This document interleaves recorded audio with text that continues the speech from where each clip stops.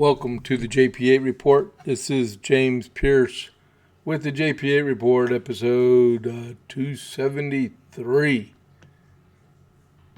All right, I hope everyone's having a good Friday here, getting ready for the weekend. I was just watching the World Cup stuff. I thought they were going to pull the first game that the U.S. was going to play, but it was a marketing scheme. Okay, there goes my dog barking now. All right. Hey, thanks a lot. Welcome to the JP8 Report. The name of the episode is The Sheer Incompetence or Complete Intentional Negligence. And that was a quote from Kash Patel about the previous administration's Department of Justice. All right. So welcome to the JP8 Report. Before we get started, don't forget to click that follow button if you're not already following the JP8 Report. Then go right beside it and click that thumbs up button, which is like, and then share the podcast out. Remember, Rumble is my base. I do everything through Rumble, and I go through Facebook, I go through X, and I'm trying to go through YouTube. And I need 50 subscribers. I have to physically upload it into YouTube, but that's no big deal. It only takes me like 2-3 minutes to do it. But so I've actually got people watching the podcast over there, but I only got 14 subscribers. So I need more subscribers over there. All right. So you can wait to the end of the podcast, or it's the JP8 Report 6-7 is the name of my channel. All right.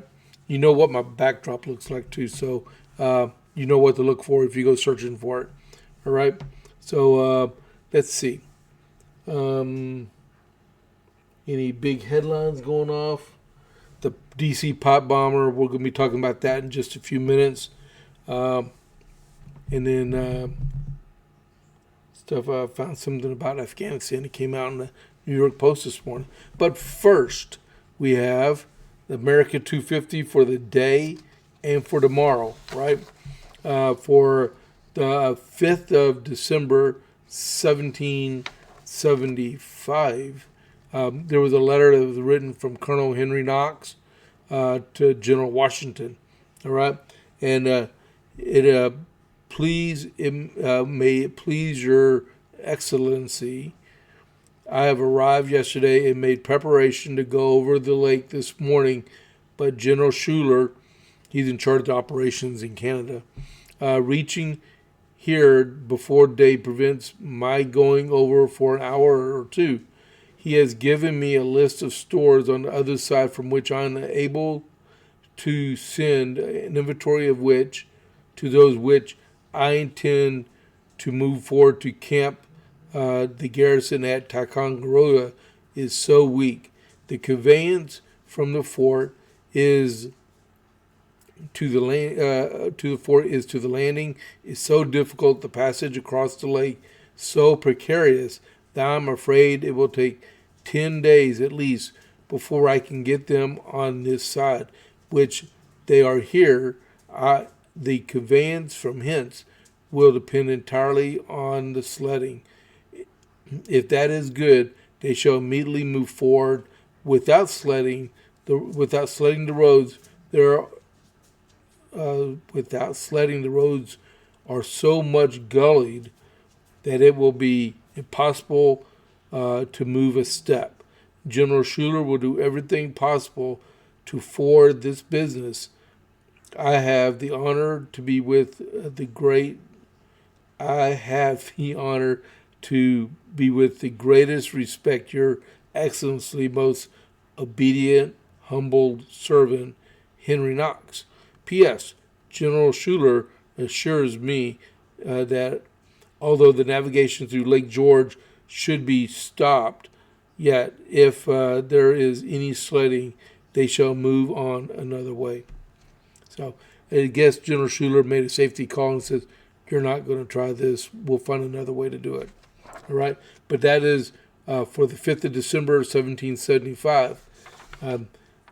Colonel Knox is preparing to move back to Boston with a whole bunch of cannon artillery and mortars to help relieve the siege of Boston so they can get the British out of Boston. So the next is, it's going to be kind of hard for me to read because the print is so small, but it is the official response to King George III pertaining to the Olive Branch petition. Okay, and there it is right there. All right, so it's just a picture of it. I cropped it down, put it on there so everybody can see that it was a real thing. Okay, so I'm going to put it back on me. There we go. Okay, I can either try to read here or try to read here. We, the delegates of the 13 United Colonies in North America, have taken into... Okay, I can't do that. I have to do it like this. I may not be able to read this. We, the delegates of the 13 United Colonies in North America, have taken into our... into our most furious confederation a proclamation. This is a very, very bad copy. I wish I had a print copy that was translated, because it was signed by Charles Thompson. All right. I am so sorry I can't read this. It is too small for me to read. Okay, but so if you look it up on the internet, all right, it is, I'll show you one more time. Okay, it is the official proclamation from the Second Continental Congress on the 6th of December, 1775, in response to King George III's response to the Olive Branch petition. All right. Next time I'll have to expand out on this so I can actually see the print, because it is extreme. The font is like font 2. Okay. I apologize for that, man. But I read the summary of it, and it said pretty much they express their loyalty to the king, but they express their disloyalty to the parliament. So their gripes, moans, groans, and complaints wasn't exactly against King George III. It was against the parliament, because the people in the colonies understood that most of the laws were made by the parliament and not the king, because they don't have that type of monarchy over there. All right? So we'll just continue on with everything else that's going. All right? This is the Dalmatian group.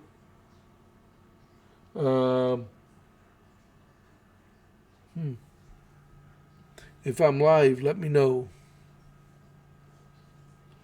because I got a buddy of mine who said it's not showing. Let me see something here. Let me go back. Okay, so this is the Dalmatian Burger Group. They make their smash burgers right here in Copperas Cove, Texas.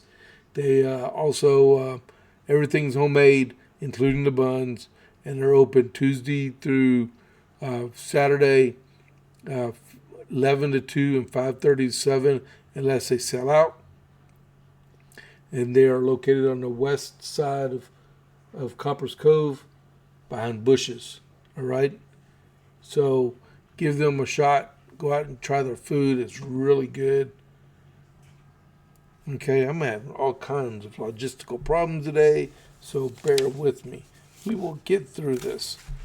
All right. So as we all know yesterday, all right, one of the biggest captures in recent American history happened. Okay. So on January 5th, 2021, some knucklehead tried to kill people obviously he did try to kill people. He set 2 pipe bombs inside Washington, D.C., one by the Republican National Committee, one by the Democrat National Committee. Uh, there were all kinds of conspiracies out there about who did it, why they did it, and how they did it. We don't know all the answers to it yet. We just know they captured the person, and as of this morning, he admitted to planting those pipe bombs. So that's good, right? You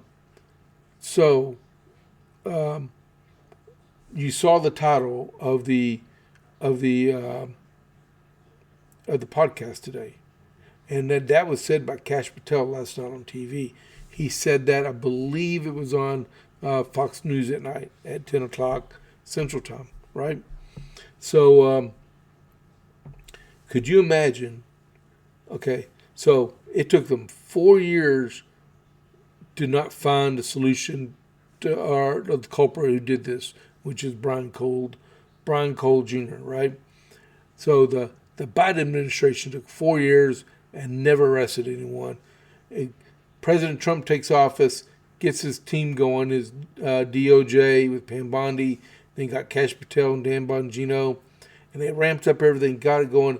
10 months later, they got someone arrested. All right? To give you a quick see, the guy on the bottom right is the perpetrator. He's the one this morning said that, yes, he did that. And then in the upper left hand, you got Judge Piero, and I don't know who this gentleman is, or this guy. That's Pam Bondi, the Attorney General. And then this is Kash Patel, right? Dan Bongino's not in the picture, but he was there with them. He got to do part of a briefing for what happened. Yesterday was his birthday, right? His 51st birthday, in which they arrested the guy he spent several years of his podcast talking about. And I emulated what he was talking about into my own podcast because I thought it was such an important subject to solve, right? His audience was quite a bit bigger than mine, all right? But so on the night that they set, that this guy set that those bombs, the very next morning was the January 6th certification of the Electoral College. So, like I said yesterday, a half hour after they discover the bomb at the DNC, Nancy Pelosi's motorcade passed by the bomb. And at the same time, Senator, which should have been at the Capitol building, Senator Vice President-elect Kamala Harris was inside the Democratic National Committee. Which, why was she in there, right? But she should have been evac'd by the Secret Service out the back to a secure location, because both bombs were viable.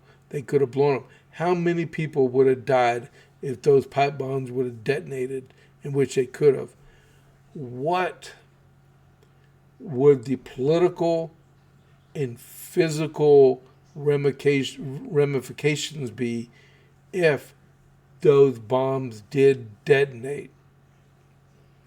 With the people that were protesting in Washington, D.C., and the potential of more people coming in, and those 2 bombs detonate, what could that have plunged our country into?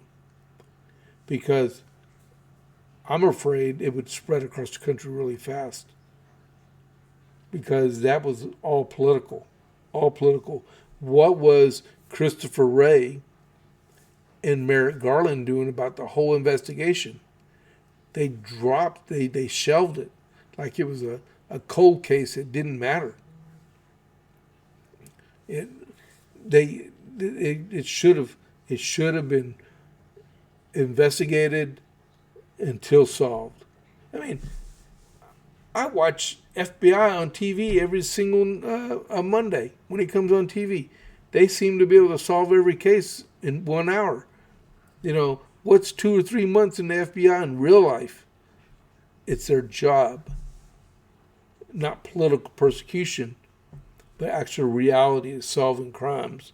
Because the FBI can't do nothing without the Department of Justice. So, with my 2 cents, I'm going to read 2 things here about that. And if you have any questions, your shirt is a bit of a ghost. I know. Remember, hey guys, if you see my shirt here, it's because of my green screen. When my studio finally gets finished, you won't see this anymore. All right. Who is Brian Cole Jr., the D.C. pipe bomb suspect? The suspect who allegedly planted. Well, remember, he admitted to it. I printed this off this morning. The suspect who allegedly planted pipe bombs blocks away from the U.S. Capitol in January 2021 has been identified as Brian Cole Jr. of Woodbridge, Virginia, according to 2 sources. The sources say Cole, 30 years old, is in FBI custody as of Thursday morning, though roughly 5 years of investigation. Who wrote this? David Spunt. I can't believe he wrote that. But 4 years of investigation on the 4 years of shelved investigation on the behalf of the Democrats, and 10 months of actual investigation on behalf of the current FBI. Right? Authorities have not released details. Okay, screw that one. That's bad journalism right there. Okay, so this is done today. Joe Biden's FBI was guilty of sheer incompetence and complete and intentional negligence in allowing the D.C. pipe bomb case to languish for nearly 5 years before the arrest of a suspect Thursday morning. FBI Director Kash Patel has charged. Brian Cole of Woodbridge, Virginia, will make his initial appearance in court Friday afternoon to be formally arraigned on charges of planting pipe bombs outside the Democrat and Republican National Committees on January 5th, 2021, hours before the Capitol riot. The prior administration sat on the evidence for 4 years, Patel told Fox News at Night Thursday evening. There wasn't any production of new evidence from 5 years ago, and that's what Pam Bondi said. Next page. According to a probable cause affidavit, investigators used bank and cell phone data to link Cole to the production and placement of pipe bombs outside party headquarters in D.C.'s Capitol Hill neighborhood, a process authorities say started in 2019. We looked at 3 million lines of evidence, Patel told Trace Gallagher. We went back and looked at the cell phone data, tower data dumps. We went back and looked at the providers and what the information they provided pursuant to search warrants at the time, and asked questions such as why weren't all phone numbers scrubbed, and why weren't they connected, and why wasn't there any geolocational data done where they can fence in the area so they could actually trace the phone numbers. Now, that is sheer incompetence or complete intentional negligence, neither of which is acceptable for this FBI. So we changed that in the prior 8 months, not just in this case, but everyone.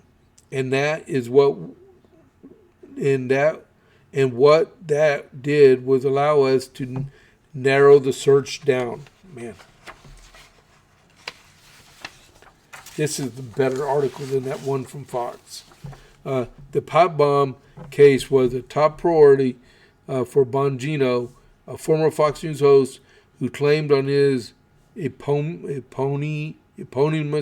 podcast in 2024 that he believed the bomb plot was the work of either a connected anti-Trump insider or this was an inside job.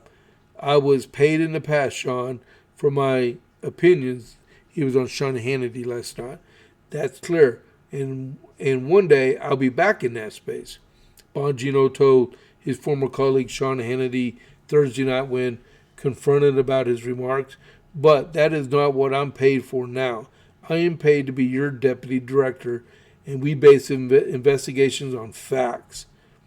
Bongino added that investigators are pretty comfortable that we have our guy.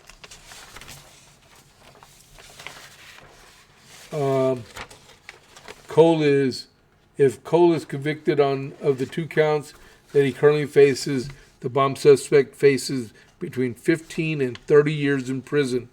And they said they might have more charges. Like I said earlier, he admitted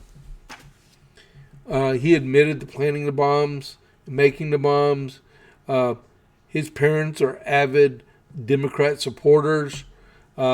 His dad owns a bail bonds business, in which he, until yesterday, worked there several hours every day.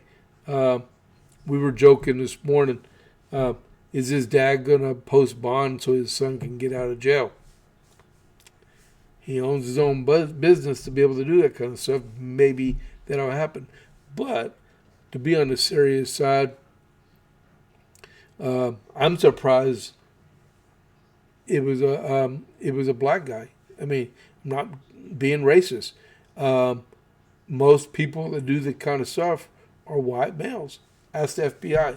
They'll tell you right now that the profile of someone that does pipe bombs and plans something like that is usually a white male that does that kind of stuff.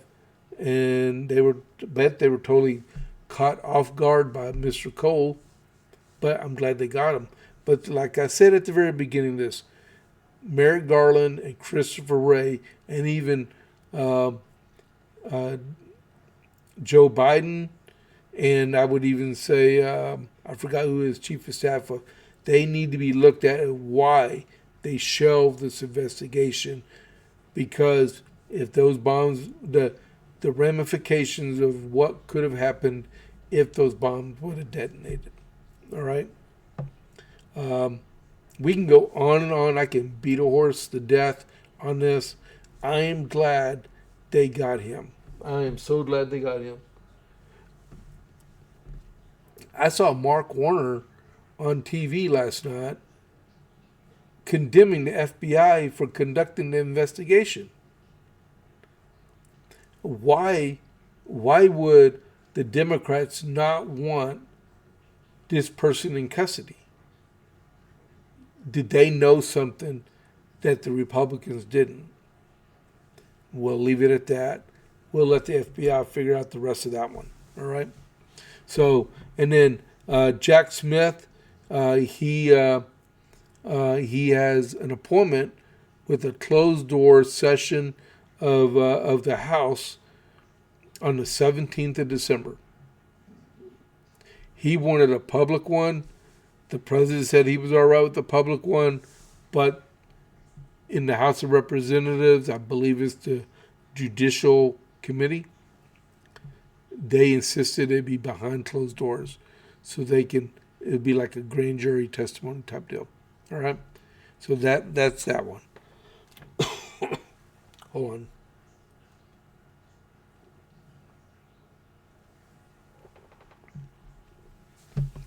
So the best news was last night, me and my buddy, you see, Retired Rob 53, that's on here right now. He went, me, him, his wife, and my wife, and some other friends met up in Lampasas County last night, and for a Republican Christmas party, right? And I believe it was on the way there. He said, "Hey, James," and he told me that the Supreme Court just ruled that our new maps for our congressional districts passed the Supreme Court. Well, it's like a temporary stay that allows the case to move forward. But like Elaine Kagan, she was saying, Justice Kagan would say, well, if we approve this now, it's pretty much going to be in effect, so it's going to be permanent. All right. So on a vote of 6-3, the Supreme Court allows the state of Texas to use our new revised,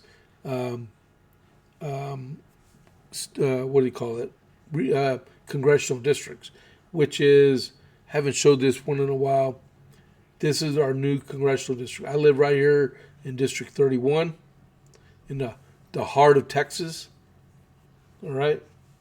The big changes to the map was over here in the Houston area, in the Austin area, which was a little bit of 31, and then up here in the Metroplex.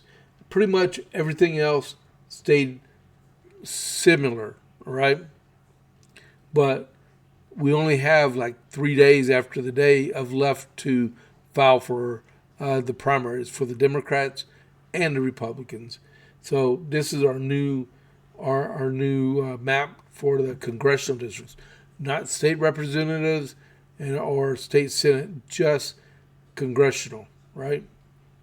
Even though Tarrant County redistricted their county commissioners, so they would have a 4-1 majority instead of a 3-2 majority. All right, so this is another one from Fox News. I hope it turns out to be pretty good. The Supreme Court signaled that Texas is likely to prevail in defending its new congressional map, faulting a lower court for misreading the evidence and ignoring required legal inferences as the state races toward 2026 election deadlines, which is Monday at 6 p.m. In a brief order that keeps Governor Greg Abbott's redrawn districts in place for now, the court said the district court committed 2 major errors by failing to apply the presumption of legislative good faith when considering disputed evidence and by declining to draw a near dispositive inference against challengers who offered no alternative map that met Texas's partisan goals. The stay is temporary while the merits proceed. Yet Justice Elena Kagan, she's the only one that was never a practicing lawyer, warned in dissent that the ruling effectively locks in the contested boundaries for the 2026 midterms because of looming state deadlines. The court's eagerness to play act the district court are here as serious consequences, Kagan said. The majority called it evaluation, in this case preliminary. The results, though, will be anything but. She continues on. The court's stay guarantees Texas's new map, with all of its enhanced partisan advantage, will govern next year's elections for the House of Representatives, and this court stay ensures that many Texas citizens, for no good reason, will be placed in electoral districts either because of their race, which is wrong. And that result, as this court has pronounced year in and year out, is a violation of the Constitution. DNC Chair Ken Martin condemned the ruling as a moral and legal failure that rewards partisan manipulation while undermining voters across Texas. And then he continued on, today's decision by the Supreme Court will allow Texas Republicans rigged, racially gerrymandered maps. I guess he didn't see the previous maps when the Democrats controlled Texas. Why do they put so much Democrat stuff in there? Texas Democrat leader Gene Wu, which got in trouble, said the Supreme Court not only failed Texas voters, but the American democracy.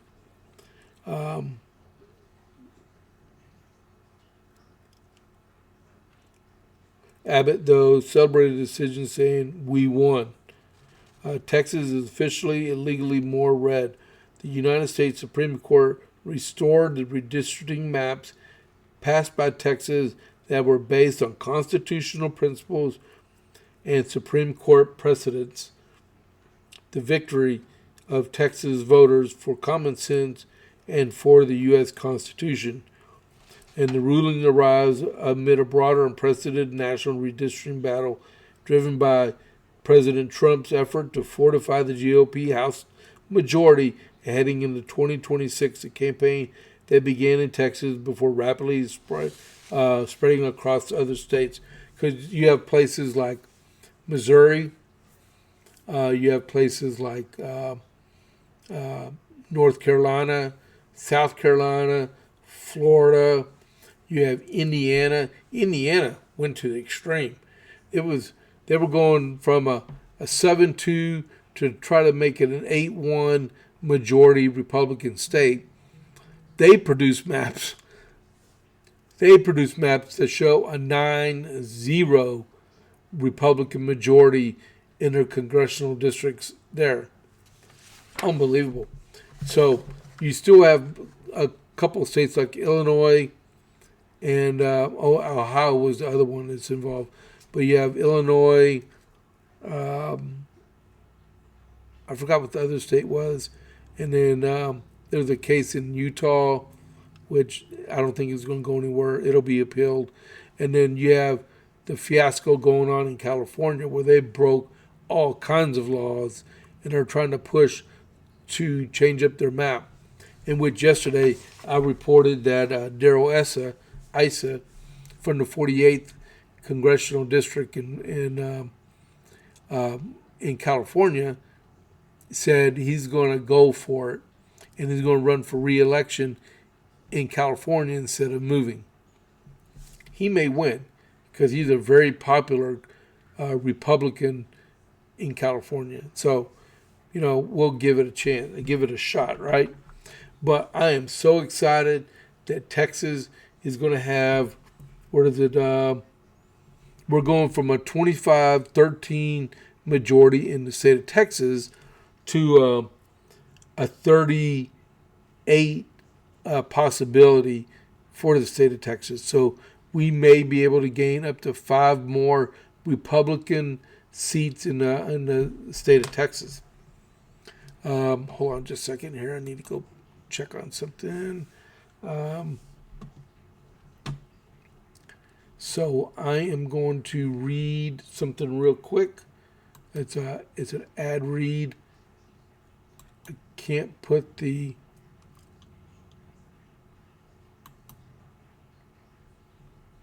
okay. Make sure the ad is overlay. Oh, I can't do that. Well, let me try. Okay, you've probably noticed Rumble is a fast growing, is growing fast and is not slowing down. They're building a real alternative to big tech and that puts creators first and actually protects free speech. Now there's Rumble Premium, an easy way to upgrade your experience. With Premium, you get ad-free viewing across the platforms. No pre-rolls, no interruptions. It's just content you came for. Plus, Premium members unlock exclusive content like bonus videos, behind-the-scenes drops, and more from your favorite creators. Right now, Rumble is offering $10 off annual subscription. Just go to rumble.com/premium and use the promo code STUDIO at checkout. That's rumble.com premium and use the promo code STUDIO. No ads, more freedom, and content you can actually care about. That's the deal. All right. That was easy. Thank y'all for letting me do that. All right. Let me go back and continue on with the JP8 report. All right. So in Maryland, the DOJ, not the DOJ, that's in just a second. The House Republicans are asking Maryland State Board of Elections Administrator Jared DeManis about voter verification process. That is because he sent a letter demanding answers regarding Ian Roberts. He's the school superintendent in Des Moines, Iowa, that got arrested in early November because he was an illegal alien, right? But evidently, he was registered to vote in Maryland and actually voted, right? So the what do you call it? The the House Judiciary Committee is the House Administration Committee oversees House operations. Roberts' voter registration documents have faced intense scrutiny from conservatives, including when a Maryland County Board of Elections released redacted versions of the files in November that blocked out how Roberts answered the citizenship question, which should be in a freedom of release. Everything should be answered, right? When they ask you, are you a U.S. citizen? Why would that be redacted? It should say yes or no. That's all. So they're trying to get to the bottom of it. And where is that other? I had. Oh, it's on this other one. So I can see subpoenas coming out of this one and people going before Congress. The next, I wanted to read a letter because the DOJ is telling Democrat states to produce their voter rolls, not the actual how you voted, but that you are actually registered to vote, and what documents they require, what you wrote on your voter registration card to make sure signatures match, stuff like that, right? So the letter that was written was from, hold on just a second, there we go. It was to Jared DeBarnis. He's the guy that's from, what do you call it, from Maryland, right? And this is from the Congress of the United States, right? The Committee on House Administration has broad oversight for federal elections.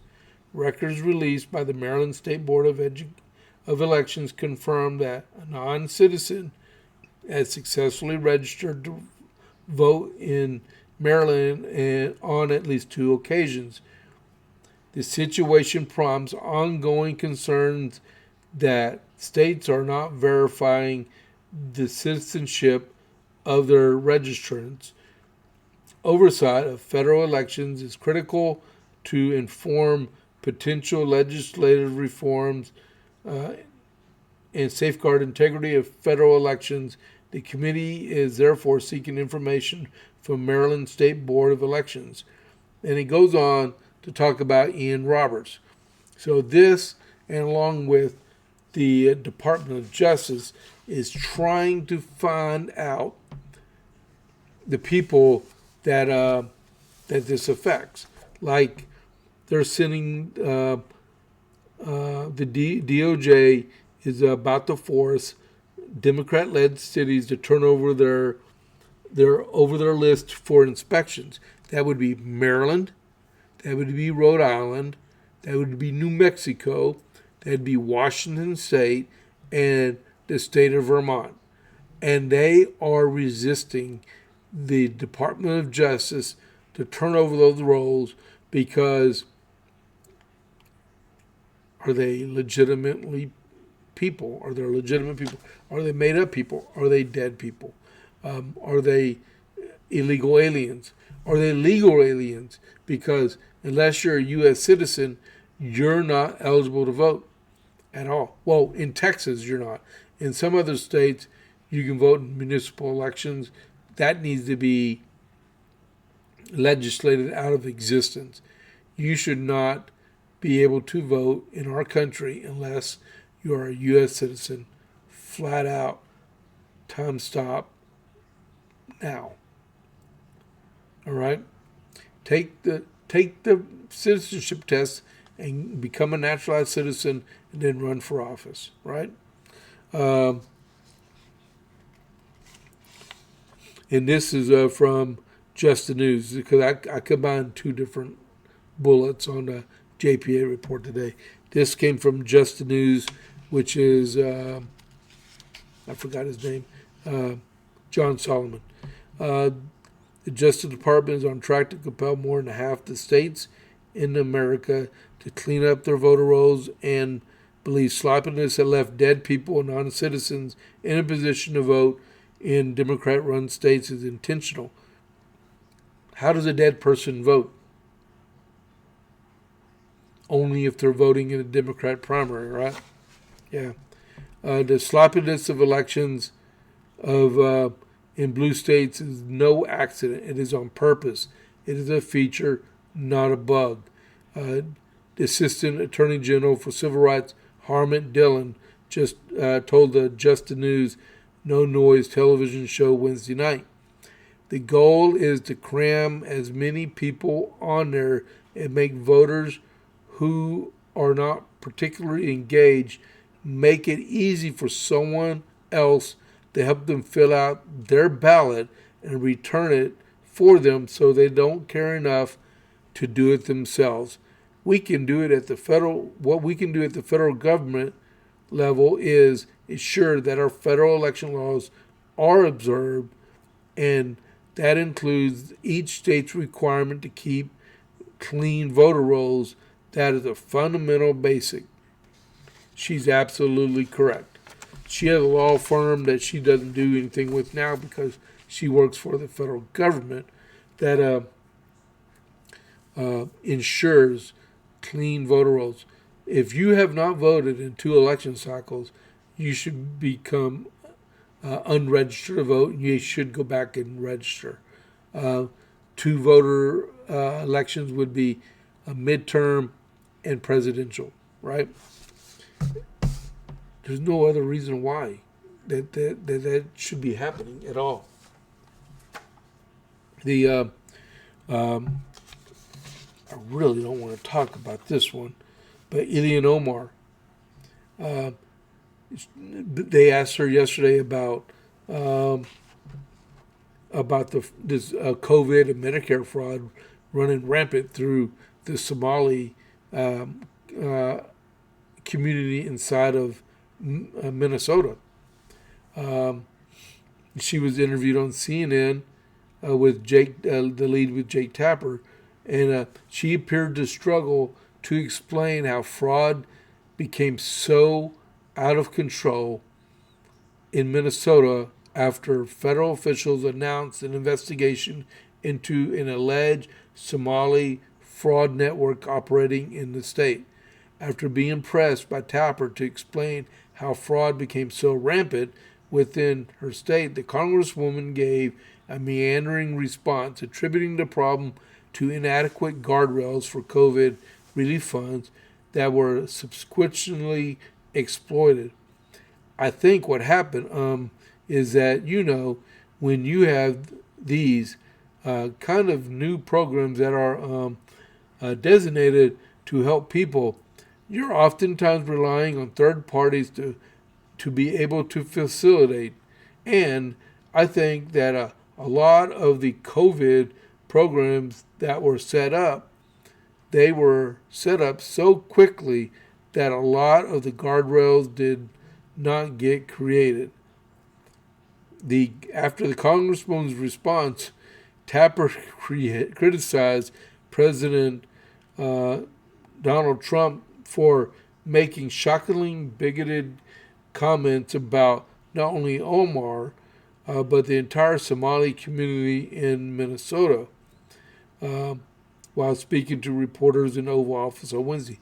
It is so Democrat that if things are going against their own type of people, I'm talking about Democrats, the first thing they want to say is racist.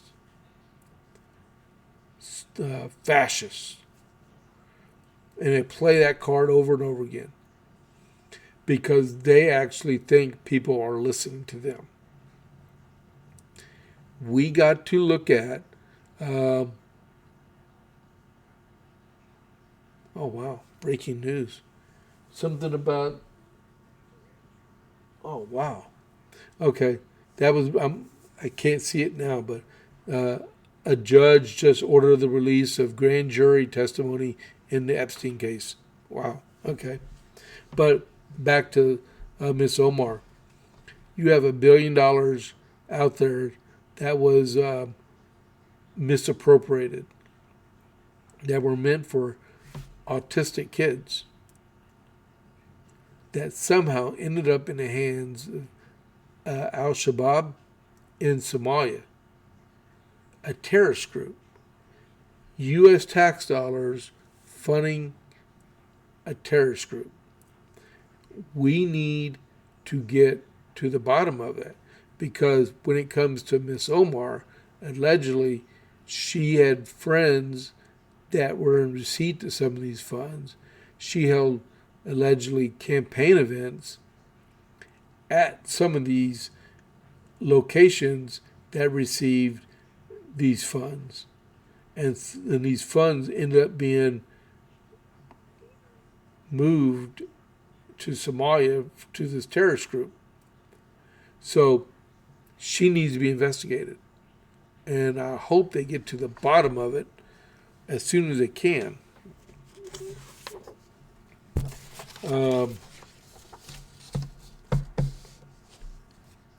Yeah. And this implicates Governor Walz and Keith Ellison, the Attorney General, and about the 80,000 people it was meant to help inside the city of Minneapolis. So how much more do we need to tolerate people allegedly stealing money from the federal government?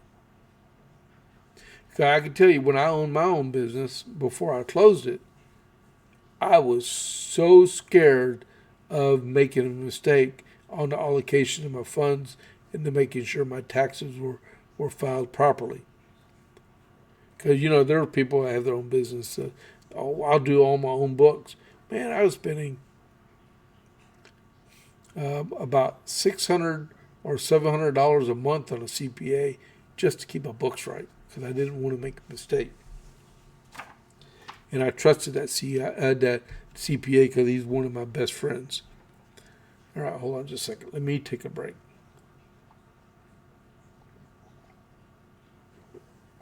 All right. And before I go to I only got a few more things here. One's from about Nancy Mace. And don't forget, if you're tuning in, because I know people drop in and drop out, don't forget to click that follow button if you're not already a follower. And then also click that like button and the share button, please. All right? Leave a comment in there if you get a chance. All right. So Nancy Mace, she, on the 4th, dropped a legislative amendment to a law that's already on the books. It's called the FAIR Act. It's called, the FAIR Act means Food Assistance Integrity Response Act. And what it is to require a photo ID on any EBT identification card. So if you have a Lone Star card or a Cobra card or whatever card, it's got to have your picture on it, right? Before you access any SNAP benefits.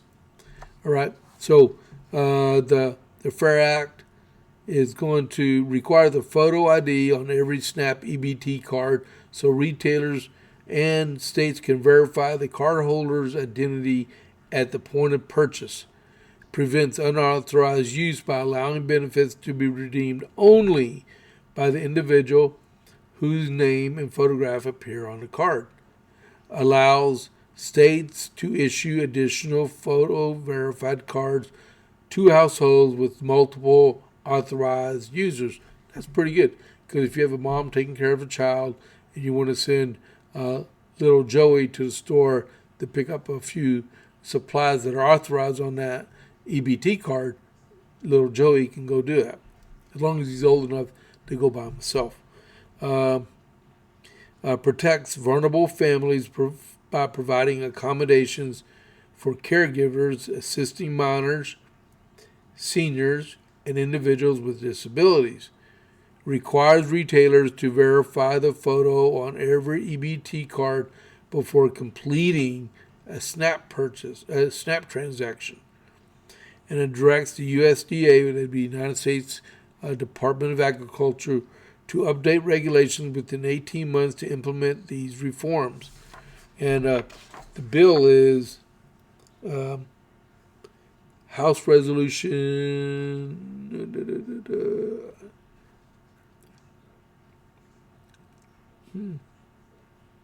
Wow.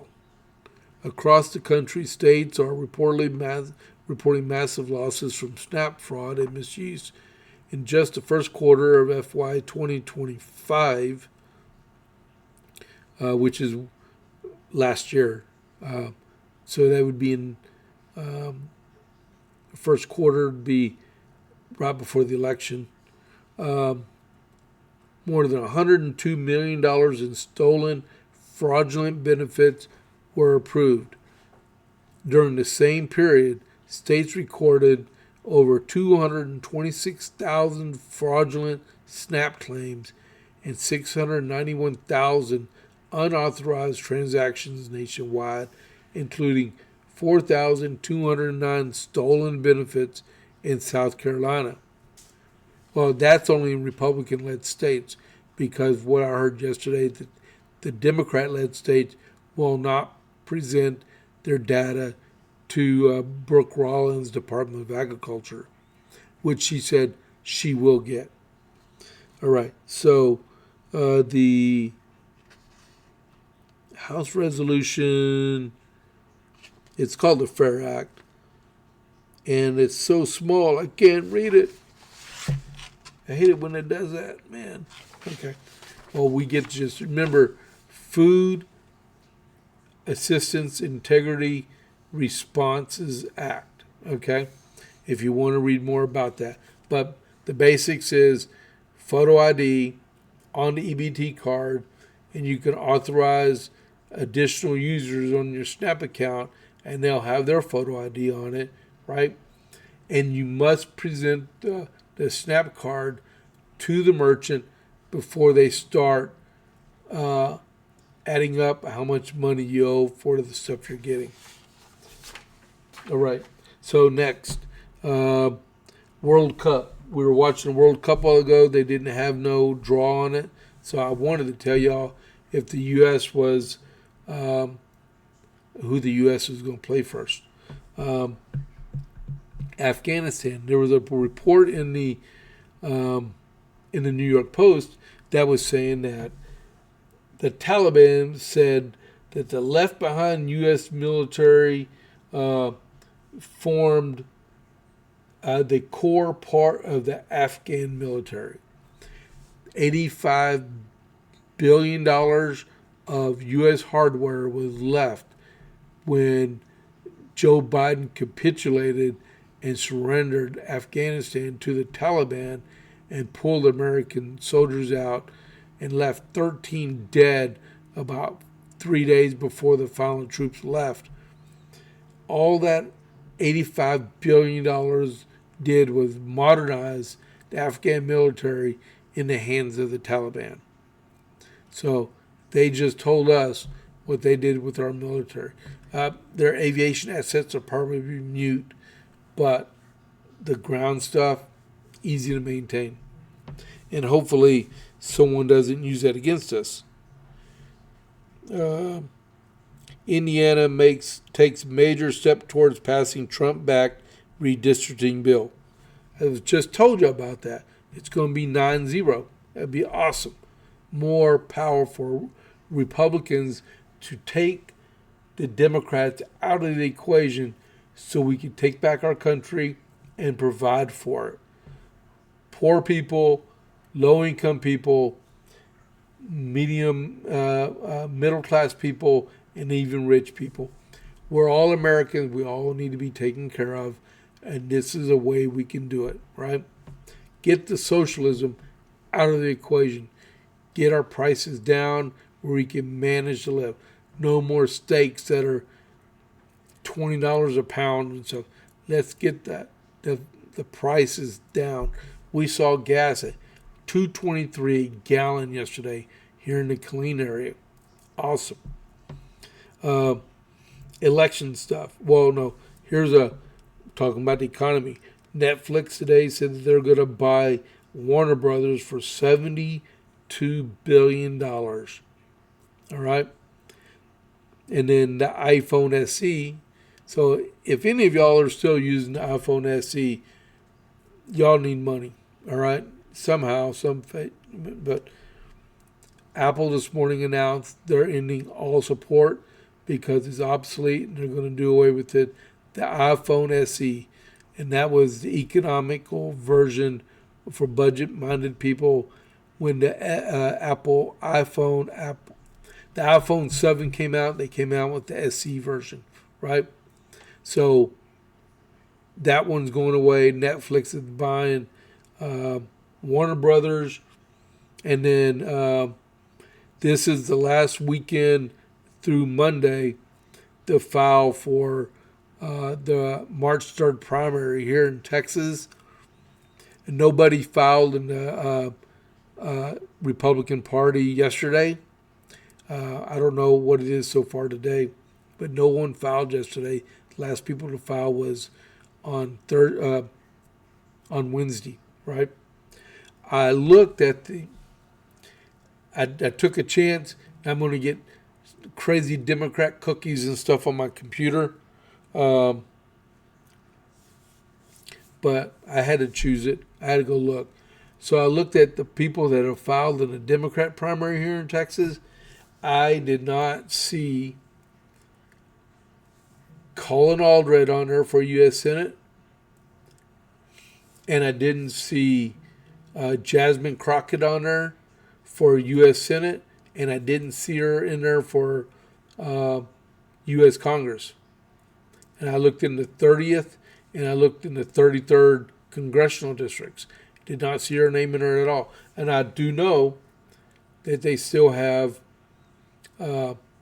today, Saturday, Sunday, Monday, to file. And a matter of fact, looking at their registry of official filers, I did not see competitors in all 38 congressional districts in the state of Texas. So normally you would hear Democrats say every race has an opponent, right? Evidently, they're not going all out like they said they were going to go out, unless something happens this weekend and a lot of people file at the last second and say, surprise, that kind of deal. All right. But yeah, so I did check on Crockett and Aldred, and both of them had not filed yet. But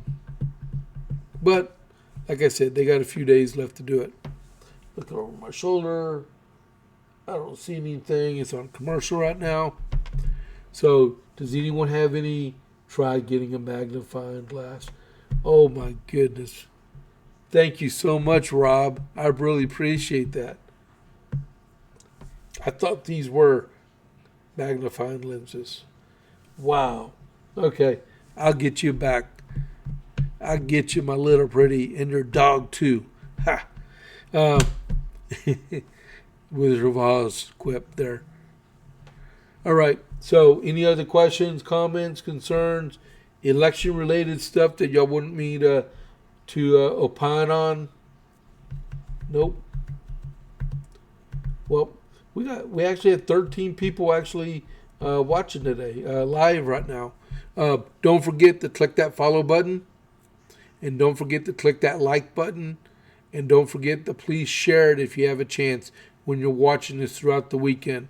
And I will see y'all back on Monday with America 250 from Sunday and Monday. And on Tuesday, I have, man, this next week is going to be crazy because I have a function on Tuesday with my Coppers Cove Conservative Club. Monday, I'm going to help out with the closeout on the filing for here in Coryell County because last day of filing. Friday, we have a Christmas party to go to. And then Saturday evening, we have a Christmas party to go to. I have a CEC with Coryell County Republican Party Saturday afternoon along with a ballot draw. And then next Saturday morning, I'm going to do deputy voter register training in Bell County. Wow. And then to do my podcast Monday through Friday also. So pray for me. All right. I hope everybody has a great weekend. All right. And this is how you can get a hold of me. I'm on X at James Pierce Jr. I'm on Facebook at James A. Pierce Jr. YouTube, the JP8 Report 67. Please go there. Please go there and subscribe so I can get up to 50. And then I'm on True Social at James A. Pierce. And you can send me an email at jp8report@gmail.com. All righty. So thank y'all very much. I'm parched. That's all right. That's what I get paid to do. All right, guys. Y'all have a great weekend. This is James Pierce with the JP8 Report. I'll catch you on the flip side. I'm out.